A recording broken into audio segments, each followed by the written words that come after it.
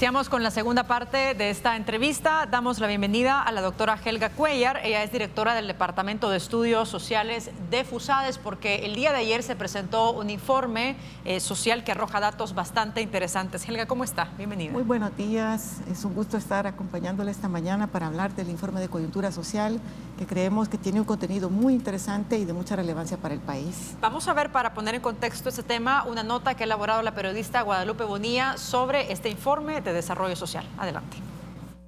Atenuar brechas y asegurar mayor igualdad de oportunidades entre los salvadoreños de la zona rural y la urbana es el desafío, indica FUSADES. Por lo tanto, consideramos necesario que se lleven a cabo acciones en el ámbito social, económico y político institucional. El acceso a los derechos básicos ha incrementado en la zona metropolitana de San Salvador, donde además se concentra la producción y las oportunidades económicas. Asimismo, menos personas se encuentran en situación de pobreza.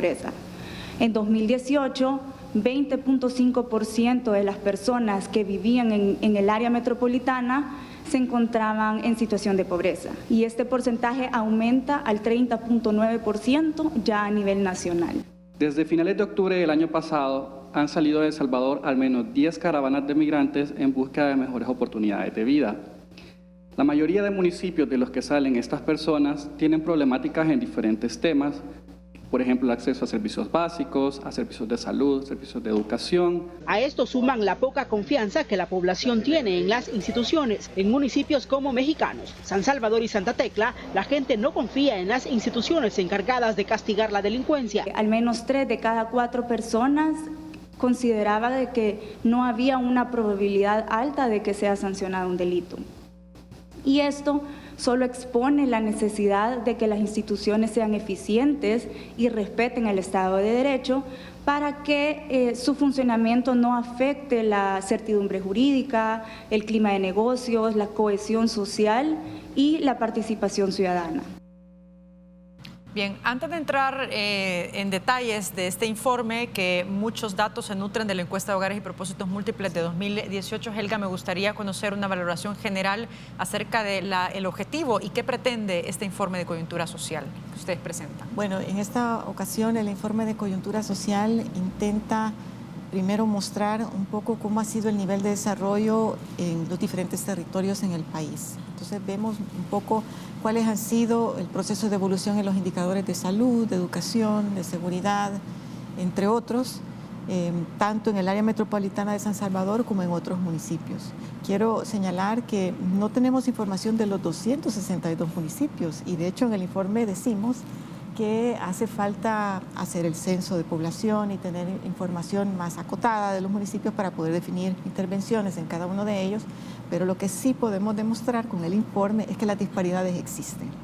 De hecho, cuando comparamos el área metropolitana en términos de oportunidades y acceso a servicios, es mucho mejor que en otros municipios en el país. Y lejos de irse reduciendo esa brecha, esa disparidad, ¿se va ampliando, digamos, en la zona rural y en la zona urbana? Sí, por ejemplo, en la escolaridad promedio. Tenemos que en el área metropolitana es de 9 años, pero en el área rural es de 5 años de estudio.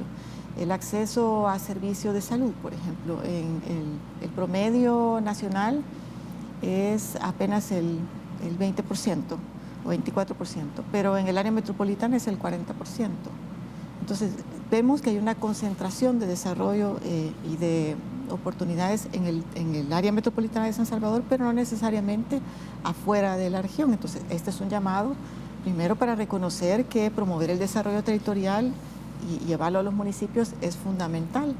Y eso ayudaría a contrarrestar esta necesidad de las personas de buscar otros horizontes para poder hacer sus proyectos de vida. La migración es un problema que se debe a la falta de oportunidades, a la inseguridad, al no tener esperanza de poder desarrollar su familia, su propia vida en los territorios de origen.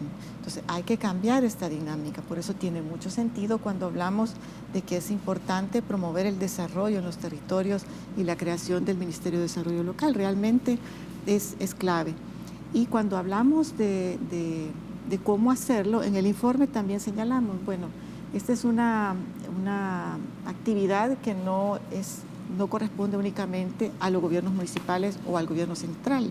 En realidad debe haber una coordinación entre los dos niveles, número uno, y en segundo lugar, en el ámbito local es importante lograr la participación de las comunidades y de otros actores, instituciones públicas, privadas, ONGs, empresas que estén en los territorios, que puedan también aportar con acciones de desarrollo de manera que se pueda dinamizar la economía y abrir oportunidades. Entonces es una tarea compartida que requiere coordinación, un marco institucional, pero también planes concretos. Doctora, ¿y no requiere eso también un diseño adecuado de políticas públicas para potenciar mayor desarrollo a las comunidades, a los territorios y de alguna forma y con el paso del tiempo, mediante un proceso de diferentes acciones y programas sociales sobre todo, esa brecha que existe lejos de ampliarse pues se vaya reduciendo poco a poco? Pues aquí es donde vemos que hay una oportunidad, porque se ha hablado en este gobierno, este nuevo gobierno, de la necesidad de promover el desarrollo territorial y se ha creado el Ministerio de Desarrollo Local. Todavía falta materializar un poco más, este ministerio está a nivel jurídico, pero todavía no se ve concretamente dónde está, quién es su equipo, cuál es su plan, su estrategia, y se han definido un poco sus funciones. Pero quiero decirle que la institucionalidad para promover el desarrollo territorial ha existido, o sea, hay alguna base. Tenemos el Código Municipal, la creación de FISDL, instancias como el Instituto Salvadoreño de Desarrollo Municipal, el Plan de Ordenamiento Territorial. Hay diferentes normativas y políticas que realmente hablan de este tema y que uno pensaría que habría de haber facilitado promover estas acciones. Sin embargo, la pregunta es por qué esto no ocurre. Y parte del problema es que ha habido una descoordinación entre el nivel central y el local, y en el ámbito local esta falta de coordinación también se manifiesta. Por otro lado, muchos de los problemas del desarrollo son de carácter estructural y no se resuelven en los 3 años que va a estar un alcalde en funciones. Aunque hay alcaldes que tienen periodos largos de tiempo, tienen ¿no? más oportunidad. Sí, tienen más oportunidad. Pero ¿qué pasa en aquellos municipios en donde cambia cada 3 años, cada 6 años? En donde el plan cambia cada vez y además el equipo de la alcaldía cambia todo el tiempo.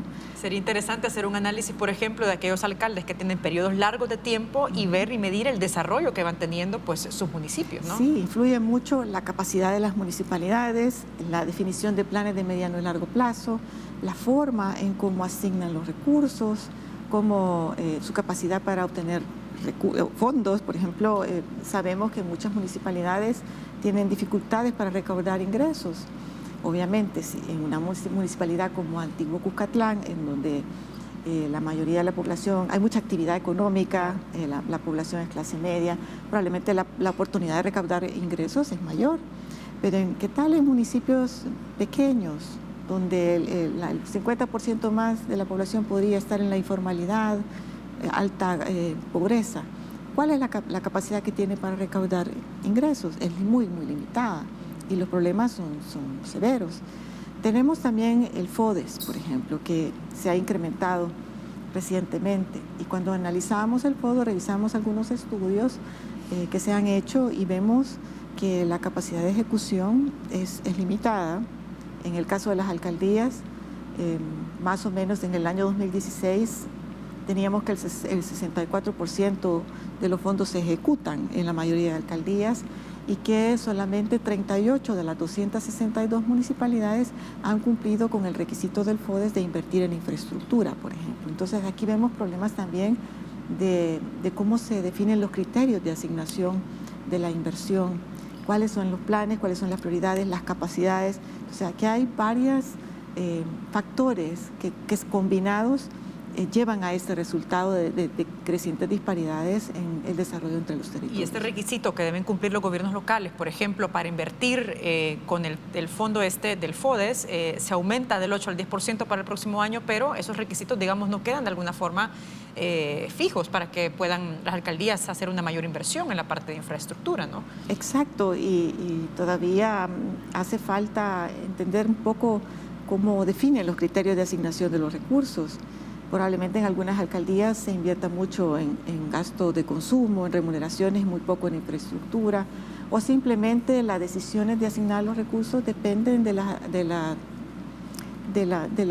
de la reacción del momento, que llegó una necesidad de una comunidad, entonces invirtámoslo acá, pero no hay un plan estratégico. Y eso no solo en muchas de las municipalidades, sino que también en el país. No tenemos todavía claridad de cuáles van a ser las prioridades de desarrollo territorial en el mediano y largo plazo. Esa es una función que le correspondería definir al Ministerio de Desarrollo Local. Pero hablábamos de la institucionalidad actual y una inquietud que tenemos, y la planteamos en el informe, es cómo se va a distinguir este ministerio del Ministerio de Gobernación y Desarrollo Territorial, por ejemplo, que pareciera que tiene funciones similares. Entonces, ¿cuál va a ser la diferencia? ¿Cómo se va a absorber FISDL? ¿Y cuál va a ser la combinación que hará, el juego que hará? Podría duplicarse funciones, ¿no? Exacto, ese es el problema. Se pueden duplicar funciones, entonces hay que ver cómo va a trabajar en conjunto con otras instancias que también promueven desarrollo en los territorios. Tengo que hacer una pausa, Helga, pero vamos a regresar enseguida con los detalles, con mayores elementos de este informe social que presentó FUSADES el día de ayer. Regresamos.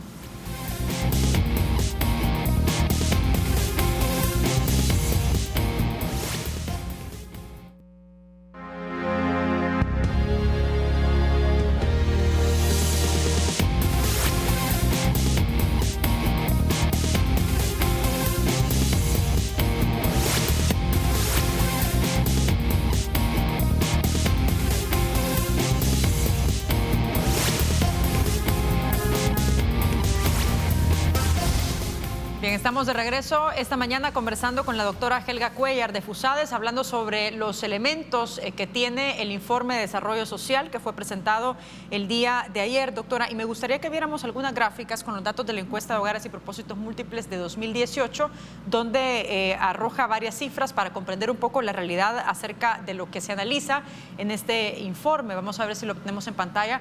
Ahí están, por ejemplo, el tema de las condiciones laborales y el porcentaje de la población económicamente activa que trabaja en el sector informal. Vemos, por ejemplo, una diferencia que se establece entre el dato a nivel nacional y también el área metropolitana. ¿Qué dice este estudio? Bueno, con respecto a eso, llama la atención que a nivel de promedio de país, más o menos el 70% de la población está en la informalidad. En el área metropolitana es como del 57%. Pero hay municipios como Ciudad Barrio, que ahí aparece en la gráfica, que es el 89% de la población, casi toda la población del municipio está en la informalidad. Entonces, en ese municipio, por ejemplo, debe ser bien difícil recaudar fondos para poder invertir en la municipalidad, porque la mayoría de la población está en la informalidad. Claro. Y tenemos el caso de San Miguel, Santa Ana, que también anda por el 67%. Entonces, y así usted puede ver. El caso del porcentaje de población que trabaja en el sector informal, pues es un tema pendiente de resolver. Realmente las personas que no están en la informalidad no tienen acceso a seguro médico, y esa es la razón por la cual en el área metropolitana tenemos que aquí el 40% de la población tiene acceso a ese servicio, pero en otros municipios y a nivel de país están expuestos a lo que el Ministerio de Salud les pueda ofrecer. Es el 70% de la población que está expuesta a lo que el sistema de salud pueda brindar. Y ya sabemos las dificultades que tiene. Una alta demanda y carencia en el sistema público de salud. El empleo formal viene con servicio de seguro social, pero también pensión para jubilación. Entonces, todas estas personas que hablábamos, el 89% en Ciudad Barrio, no tiene pensión por jubilación. Entonces, hay que pensar a futuro, cuando lleguen a la vejez, cómo se sostienen. En ese sentido, tiene mucha razón de ser programas como el de erradicación de la pobreza y de protección social a los hogares más vulnerables, que se ha mantenido en los últimos años. Todavía no sabemos qué giro va a tomar con la nueva administración. Pero ahí había un programa, por ejemplo, para el adulto mayor, que se le entregaba un bono a los mayores de 70 años por $50 cada 2 meses o algo así, que le permitía su subsistencia. Entonces, es bueno tener dentro de la política social una porción dedicada de inversión para protección social, que realmente debe ser a los más vulnerables, aquellos que están en pobreza extrema o como los ancianos que están en condición de vulnerabilidad, pero también es bien importante promover el acceso universal a servicios de salud y educación. O sea, tiene que estar uno con el otro, no separados. El problema también es que esta pensión básica universal que se otorgaba a los adultos mayores era muy focalizada. Hablamos de 33,000 adultos mayores de un universo lógicamente mayor bien de personas grande, que están en esta edad y que necesitan uno de los cuestionamientos que hacíamos en FUSADE, por ejemplo, de ese programa de erradicación de la pobreza, es que hay municipios en donde el nivel de pobreza es muy alto, es más de la mitad de la población o el 70% de la población. Entonces yo les decía a los técnicos, pero en esos municipios, ¿por qué no hablamos entonces de desarrollo territorial? Porque focalizar en municipios donde la mayoría vive en la pobreza, pues es bien complicado, ¿no? Ahí tenemos también, Helga, unos datos sobre la pobreza multidimensional, que es la que mide, entiendo, 20 indicadores. Es una medición un poco más amplia. Sí. Tenemos, por ejemplo, el porcentaje de El Salvador en general de la pobreza multidimensional, que ronda el 28.8%, y cómo se desagrega en los diferentes departamentos. Sí, exactamente. Sí, bueno, ¿qué es lo que estamos observando aquí, por ejemplo? ¿Qué sucede en San Miguel, en La Unión y Aguachapán para tener estos niveles de pobreza multidimensional tan altos? Un poco la pobreza, hablemos de la pobreza multidimensional, las dimensiones que tiene para que entendamos esos indicadores.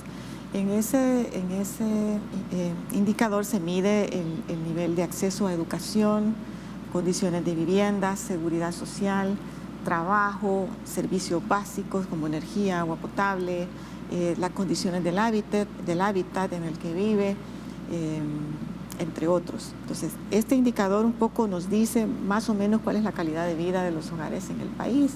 Y lo que estamos viendo en Aguachapán, por ejemplo, que es muy alto, como el 50 y cuánto, 56%, sí.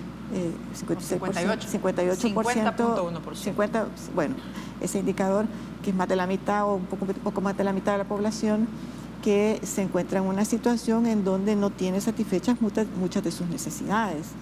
En el área metropolitana, si usted se fija, es como del 14%, es bien bajo, pero también el área metropolitana tiene otros desafíos. Por ejemplo, el desempleo juvenil en el área metropolitana es más alto que en el promedio. El promedio nacional es como del 11% de la población de 16 a 29 años que no tiene acceso a empleo, pero en el área metropolitana alcanza el 13%. Entonces, hay otros problemas acá. La concentración también de población nos genera otras problemáticas. En términos de seguridad también, la tasa de homicidios en el área metropolitana del año pasado era muy superior al promedio nacional. Estaba el promedio nacional en 50 por cada 100.000 habitantes, pero en el área metropolitana puede llegar hasta el 85-90%. Y cuando hablamos de extorsiones, también alcanza niveles muy alarmantes. Entonces, donde hay concentraciones de población, en áreas muy urbanas, el fenómeno de la inseguridad se manifiesta con mucha más gravedad. Sí, sobre esto que comenta Helga, hay un dato que me llama mucho la atención sobre el tema de seguridad también, que tiene que ver lógicamente con el comportamiento en los territorios.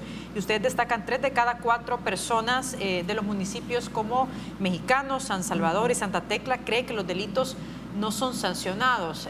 Ahí dice, bueno, el país se ha caracterizado por un débil rendimiento en los factores políticos, económicos e institucionales que lógicamente inciden en la gobernabilidad. Hay una poca percepción de respeto del Estado de Derecho.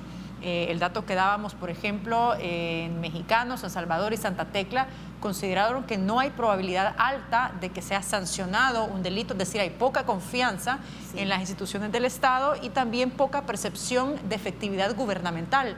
Menos de la mitad de los habitantes de Mexicanos, San Salvador y Santa Tecla estaban satisfechos con el espacio público de su municipio. Bueno, a ver, ¿qué nos refleja esto? Sobre esto quisiera mencionar que nosotros tratamos de entender un poco mejor qué promueve el desarrollo territorial, cuáles son los factores que influyen, y uno de ellos tiene que ver la confianza en las instituciones, la percepción que tienen de los individuos de cuánto las autoridades van a poder o las instituciones satisfacer las necesidades que se tienen. La cohesión social involucra 3 dimensiones. Una de ellas son los vínculos sociales y valores. ¿Cuánto confío yo en el otro, en las instituciones, de que van a poder resolver, de que voy a poder trabajar con ellos haciendo contratos o negocios, etcétera? El otro factor es la legitimidad institucional, es decir, cuánto se cumplen las leyes y el Estado de Derecho, cuánto confío yo que eso va a ser así para poder participar en la sociedad.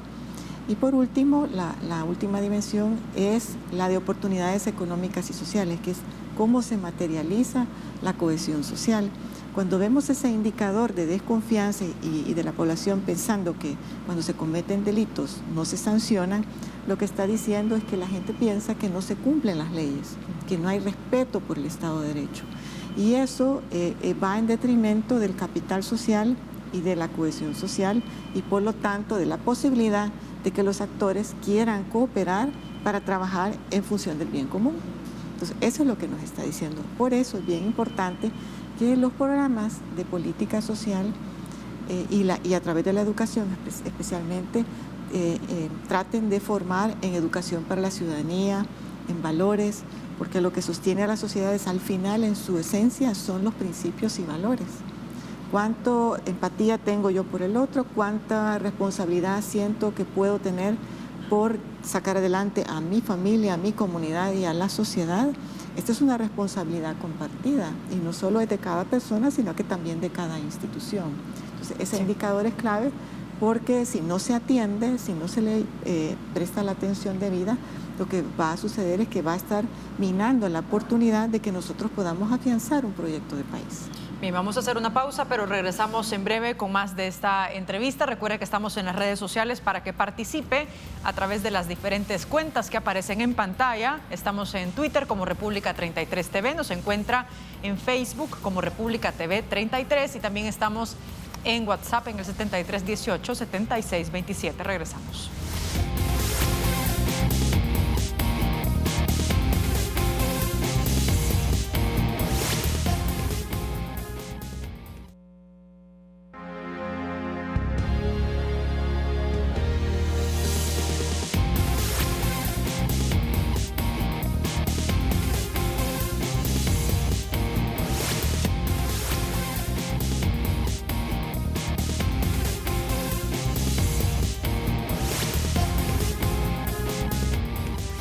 Estamos de regreso esta mañana en la última parte ya de la entrevista conversando con la doctora Helga Cuellar de FUSADES, hablando del informe de desarrollo social que presentaron el día de ayer con una serie de indicadores, datos y cifras que son importantes para entender la realidad de nuestro país. Y me gustaría que nos enfocáramos un poco en esta parte, en el tema educativo. Y tenemos en pantalla una gráfica donde habla en la mitad de los municipios, dice el 40% o menos de los centros escolares cuentan con suficientes libros, Helga. Esta también es una parte, digamos, preocupante. Vamos a ver, dicen 200 municipios, 35% menos de los centros escolares tienen acceso a Internet.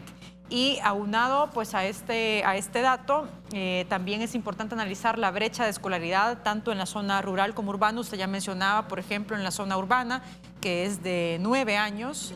En el área metropolitana de 9. En el área rural. Y en el área rural es de 5. Es decir, la brecha, la desigualdad es bastante amplia. Y, por ejemplo, menos de la mitad de los jóvenes entre los 16 y 18 años están inscritos en el bachillerato. Sí. ¿Qué tipo de políticas, de programas son los adecuados a implementar por medio del gobierno para poder reducir estos niveles de desigualdad? Bueno, desde hace varios años en la política educativa se ha manifestado ese interés por tratar de aumentar el acceso a la educación secundaria, desde el séptimo hasta el bachillerato. Y han habido diferentes iniciativas.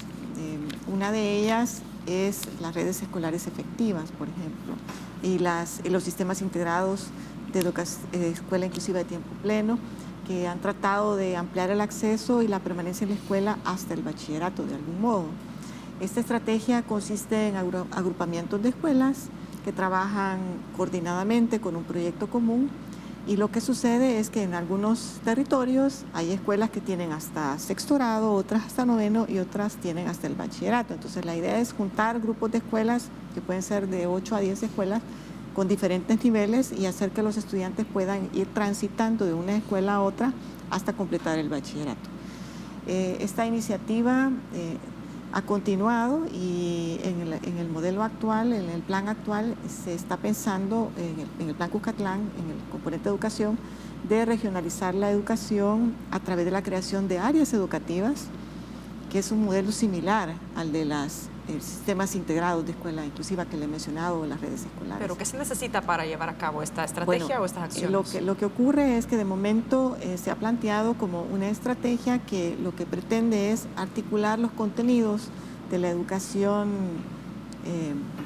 primaria, con la educación básica con el bachillerato, para que los estudiantes puedan completar el nivel del bachillerato con una mejor calidad. Sí. De hecho, tenemos en pantalla un slide del Plan Cuscatlán donde habla de la estrategia de regionalización, sí, transformar el modelo educativo desde el territorio y la creación de áreas educativas y mapa educativo. Sí, ahora el Plan Cuscatlán, eso es lo que ha planteado, pero la estrategia de regionalización en el sector de educación en el país no es algo nuevo, sino que desde hace 40 años se inició con la desconcentración de responsabilidades y competencias del Ministerio de Educación hacia oficinas regionales. En los años 90 se crean las direcciones departamentales, el modelo de supervisión educativa que después se llamó asesoría pedagógica y asistencia técnica. También se creó la gestión participativa de escuelas, la gestión educativa participativa de escuelas con el programa Educo, por ejemplo, en donde los padres de familia tenían incidencia en las decisiones de los recursos de la escuela, y actualmente con los consejos directivos escolares. Y el último modelo es el de las redes escolares que le mencionaba, que son estos agrupamientos de escuela muy similar al de áreas educativas. Entonces, lo que hicimos fue un poco examinar, bueno, y estas redes escolares, qué lecciones nos pueden dejar, que podemos aprender, que pueden ser aplicadas en la estrategia de regionalización actual.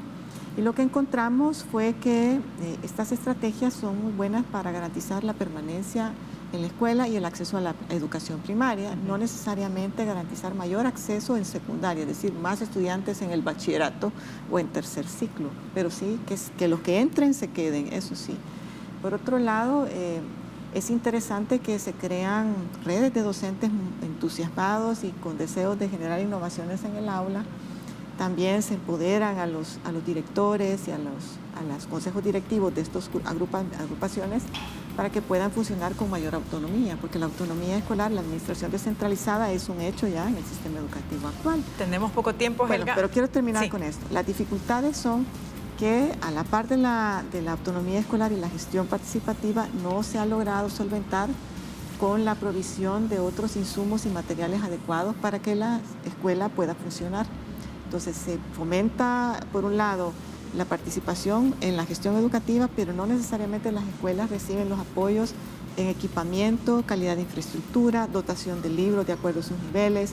Se le entrega computadoras a algunas escuelas, pero no tienen energía eléctrica en el área rural o es deficiente, no tienen infraestructura adecuada para el resguardo del equipo, o le dan la computadora, pero no le transfieren fondos para que pueda comprar servicios de Internet. Entonces lo que está sucediendo es que no se responde adecuadamente a las necesidades particulares de las escuelas en los territorios. Y esto se debe a que esos sistemas de apoyo a la escuela están centralizados todavía. Entonces, lo que estamos diciendo es que una regionalización de la educación, además de poner las áreas educativas, debería de pensar en profundizar la descentralización de esos sistemas de apoyo para garantizar que en las escuelas existan los libros, el equipamiento, las computadoras y todo lo mínimo necesario que los maestros y los estudiantes necesitan para poder producir aprendizajes. Perfecto, con esto cerramos, Helga. Me quedó pendiente el tema del presupuesto, pero más adelante lo vamos a conversar con usted. Muchas gracias. Muchas gracias, Wendy. Con esto finalizamos, será hasta mañana. Fuerte abrazo, buenos días.